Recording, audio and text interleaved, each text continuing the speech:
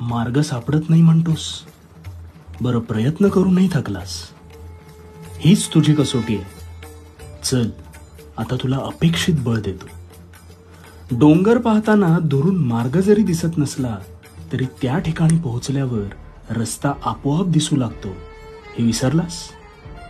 आधी कुठे जायचं ते निश्चित कर, कारण त्याखेरीज तू भटकतच राहशील. आणि एकदा का लक्ष ठाम झालं की मगच चालू लाग. रस्त्याच्या शोधात कधीच भटकू नकोस. मार्गक्रमण करत राहा. तू जसा पुढे जाशील तसा रस्ता अधिक स्पष्ट दिसू लागेल.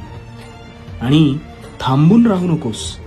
त्याने ना तुला रस्ता दिसेल ना तुझी प्रगती होईल. आणि कायम ध्यानी ठेव, कुठेतरी पोहोचण्यासाठी कुठून तरी निघावं लागतं. आणि भिवू नकोस.